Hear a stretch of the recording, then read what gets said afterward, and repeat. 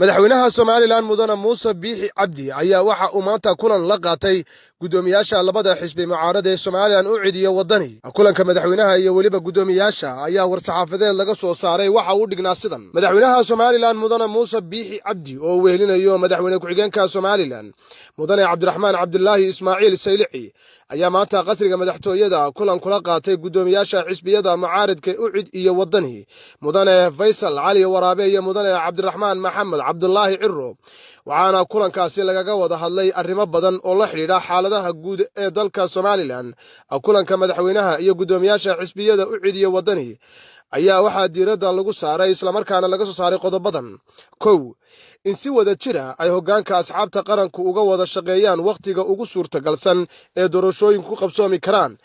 in saddexda xisbi qaran ay ka howlgalaan dhammaystirka caqabadaha ku gadaaman qabsoomidda doorashooyinka golayaasha wakiilada iyo deegaanka. in si wada jira saddexda xisbi qaran u gudagalaan soo jeedinta odayaasha ee arrimaha doorashooyinka. madaxweynaha